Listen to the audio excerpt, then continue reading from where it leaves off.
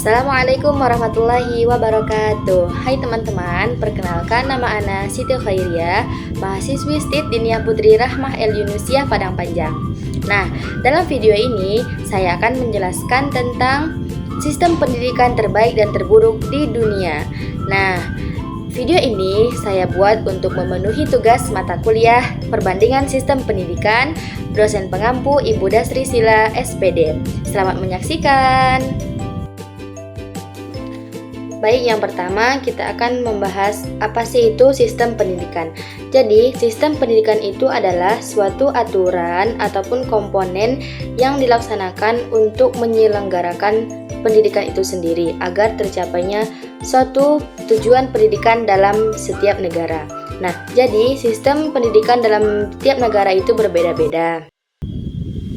Baiklah teman-teman, pertama saya akan menjelaskan negara dengan sistem pendidikan terbaik. Itu yang pertama adalah negara Swiss. Nah, sistem pendidikan di Swiss dikenal sangat kuat dalam menyiapkan siswa untuk dunia kerja. Nah, hal ini karena di Swiss itu menerapkan sistem dual system. Artinya, siswa itu belajar teori di sekolah dan juga langsung praktek di industri ataupun magang. Pendidikan vokasi di Swiss itu sangat dihargai, sehingga Swiss tidak hanya diarahkan ke jalur akademik, tetapi juga ke jalur keahlian. Nah, karena sistem pendidikan yang seperti itu, dampaknya para lulusan-lulusan dari Swiss itu sangat berkompeten, dan juga tingkat pengangguran di Swiss itu sangat rendah, karena para alumni-alumni, para lulusan-lulusan sekolah itu sudah mempunyai kompeten di bidangnya masing-masing, terutama di bidang industri.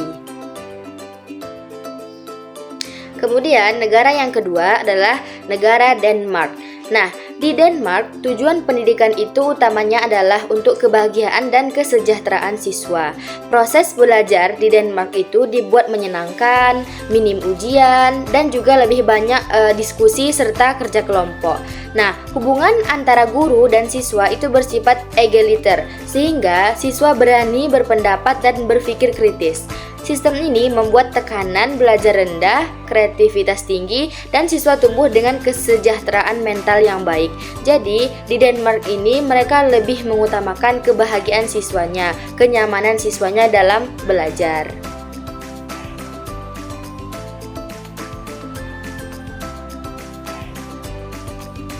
Kemudian, negara dengan sistem pendidikan terbaik yang ketiga adalah Indonesia.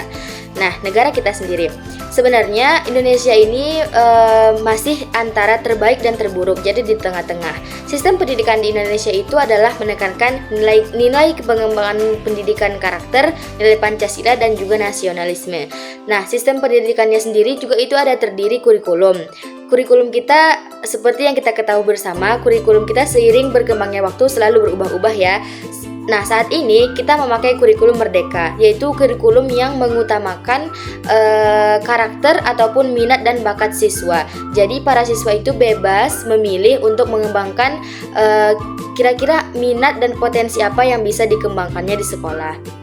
Namun, di Indonesia sendiri itu terdapat beberapa banyak tantangan. Di antaranya itu adalah akses pendidikan yang belum merata. Kenapa belum merata? Karena di Indonesia masih banyak daerah-daerah terpencil. Di Indonesia yang 38 provinsi ini banyak daerah-daerah terpencil yang belum bisa diakses. Artinya akses itu masih minim sekali. Guru masih minim, fasilitas minim. Nah, itulah yang membuat tantangan pendidikan di Indonesia itu belum merata. Kemudian, negara dengan sistem pendidikan terbaik yang keempat adalah Korea Selatan. Korea Selatan memiliki sistem pendidikan yang sangat menekankan prestasi akademik, kedisiplinan, dan kerja keras. Jam belajar di Korea Selatan dan persaingan tinggi menjadi ciri khas utamanya. Hasilnya, tingkat literasi dan numerasi sangat tinggi, serta guru sangat dihormati. Namun, tekanan akademik yang berat itu seringkali berdampak pada kesehatan mental siswa. Jadi, karena tekanan pendidikan itu yang berat, yang sangat padat, jadwal belajar yang sangat padat, itu membuat para siswa itu lebih mudah kelelahan dan juga kurang bersemangat.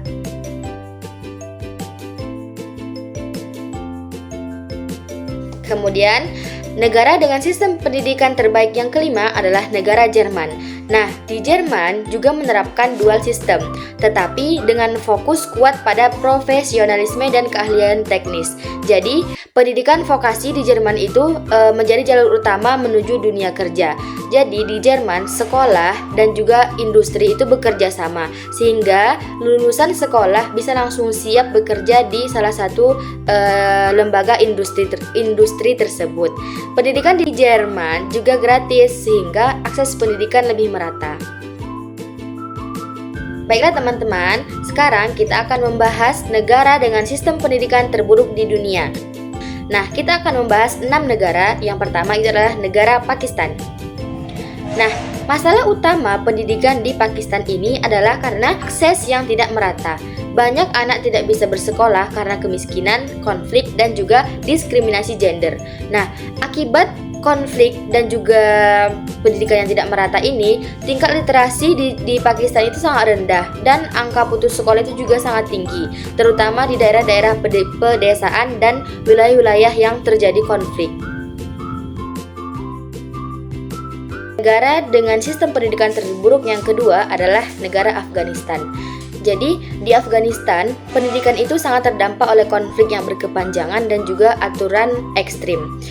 Pendidikan bagi perempuan di Afghanistan juga sangat dibatasi, sehingga partisipasi pendidikan itu sangat menurun drastis. Nah, kondisi ini menyebabkan kurangnya tenaga pendidik dan juga rendahnya kualitas sumber daya manusia.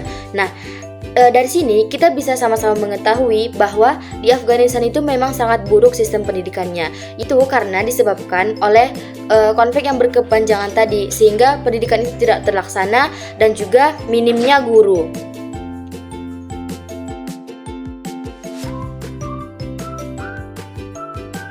Baiklah, negara yang ketiga adalah Sudan Selatan. Nah, sama halnya dengan Afghanistan tadi, di Sudan juga mengalami masalah pendidikan akibat perang sipil dan juga krisis kemanusiaan. Nah, di Sudan banyak sekolah yang rusak dan terpaksa menggunakan fasilitas darurat. Nah, di Sudan juga kekurangan guru, buku, dan juga sarana belajar. Nah, sehingga hal-hal inilah yang membuat sistem pendidikan di Sudan itu sangat buruk. Baiklah teman-teman, negara dengan sistem pendidikan terburuk yang keempat adalah Nigeria. Nah, di Nigeria sistem pendidikannya itu tidak stabil dan juga banyak sekolah tutup. Nah, itu dikarenakan karena di Nigeria sendiri itu tingkat kemiskinannya itu tinggi dan juga keamanannya sangat rendah. Di sana itu banyak terjadi terorisme seperti Boko Haram. Itu yang membuat sekolah-sekolah itu menjadi tidak aman, sehingga banyak anak-anak yang tidak berani untuk sekolah dan juga lebih memilih untuk di rumah dan putus sekolah. Kemudian negara yang kelima adalah Papua Nugini. Nah, di Papua Nugini itu memiliki tantangan yang sangat besar pada akses geografis. Nah, sehingga itu berpengaruh kepada sistem pendidikan karena banyak wilayah-wilayah terpencil yang sulit dijangkau dan juga fasilitas pendidikan yang sangat terbatas. Nah, hal ini menyebabkan kualitas pendidikan di Papua Nugini itu sangat rendah dan sangat buruk. Negara dengan sistem pendidikan terburuk yang keenam adalah Yaman. Di Yaman itu masih sangat terkenal dengan adabnya yang tinggi, terutama di kota-kota seperti Hadramaut ataupun Tarim. Nah, di sana pendidikan ilmu klasik seperti ilmu fikih, hadis, tafsir itu masih sangat bagus pendidikannya. Namun, kalau pendidikan umum di Yaman ini sendiri itu sangat minim. Itu disebabkan karena di Yaman terjadi konflik yang berkepanjangan dan juga krisis ekonomi. Nah, di sana juga banyak sekolah-sekolah yang rusak. Jadi terpaksa anak-anak itu banyak yang berhenti sekolah. Dan di Yaman sendiri pendidikan perempuan juga masih sangat minim. Nah, situasi yang seperti ini itu sangat mengancam masa depan generasi-generasi muda di negara. Namun pemerintahan Yaman sendiri masih melakukan usaha-usaha untuk memperbaiki sistem pendidikannya seperti bekerja sama dengan UNESCO ataupun UNICEF Perlindungan Anak. Baiklah teman-teman, sekarang kita akan membahas ataupun menganalisis sistem pendidikan sebuah negara itu bisa baik. Itu yang pertama, itu disebabkan karena stabilitas politik dan juga keamanan nasional. Nah, negara-negara seperti Swiss, Denmark, Jerman, Korea Selatan itu kan memiliki kondisi politik yang stabil dan juga tingkat keamanan negaranya itu tinggi. Jadi, ini memungkinkan pemerintah itu untuk menyusun pendidikan dalam jangka panjang, menjaga keberlanjutan kurikulum, menyediakan lingkungan belajar yang aman tanpa gangguan konflik, pendidikan dapat berjalan secara konsisten dan juga terencana. Sedangkan kalau di negara-negara yang dengan pendidikan terburuk, itu negaranya terancam ataupun keamanannya itu rendah, sehingga pemerintahnya juga tidak bisa menyusun pendidikan yang baik ataupun tidak bisa melaksanakan pendidikan jangka panjang, sehingga menyebabkan negara-negara tersebut mengalami sistem pendidikannya itu buruk.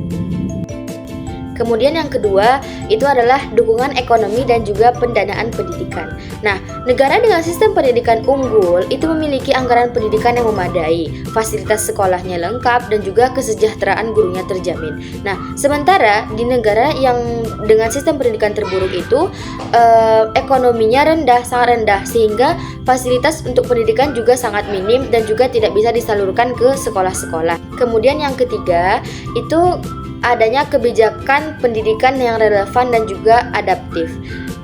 Di negara maju menerapkan kebijakan pendidikan itu yang responsif terhadap kebutuhan zaman, menyesuaikan dengan dunia kerja, dan berorientasi pada pengembangan potensi siswa. Contohnya sistem dual system di Swiss dan juga Jerman.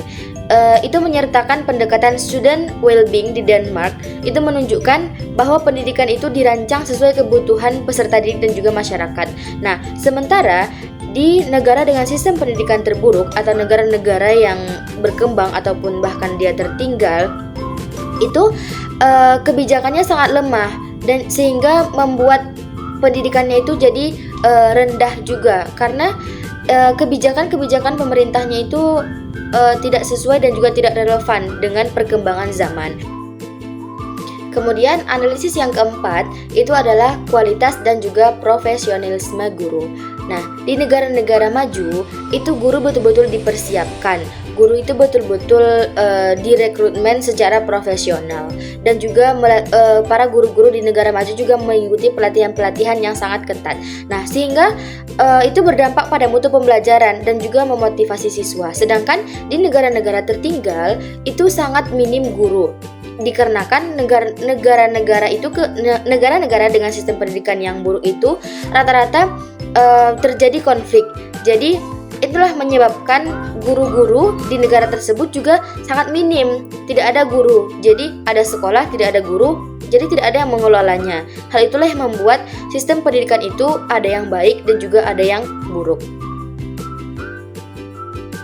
Baiklah teman-teman, dari perbandingan ini dapat kita simpulkan bahwa sistem pendidikan suatu negara itu sangat dipengaruhi oleh stabilitas negara itu sendiri, kondisi ekonomi, kebijakan pemerintah, budaya masyarakat, dan juga keamanan dan perdamaian. Negara yang stabil dan mendukung pendidikan akan menghasilkan generasi yang unggul, sedangkan negara-negara yang mengalami konflik ataupun mengalami kemiskinan itu menjadi pendidikannya sangat tertinggal. Karena itulah hal utama yang menyebabkan pendidikan itu sendiri menurun. Baiklah teman-teman, cukup sekian penjelasan dari saya. Mohon maaf apabila ada salah. Wal akhir, assalamualaikum warahmatullahi wabarakatuh.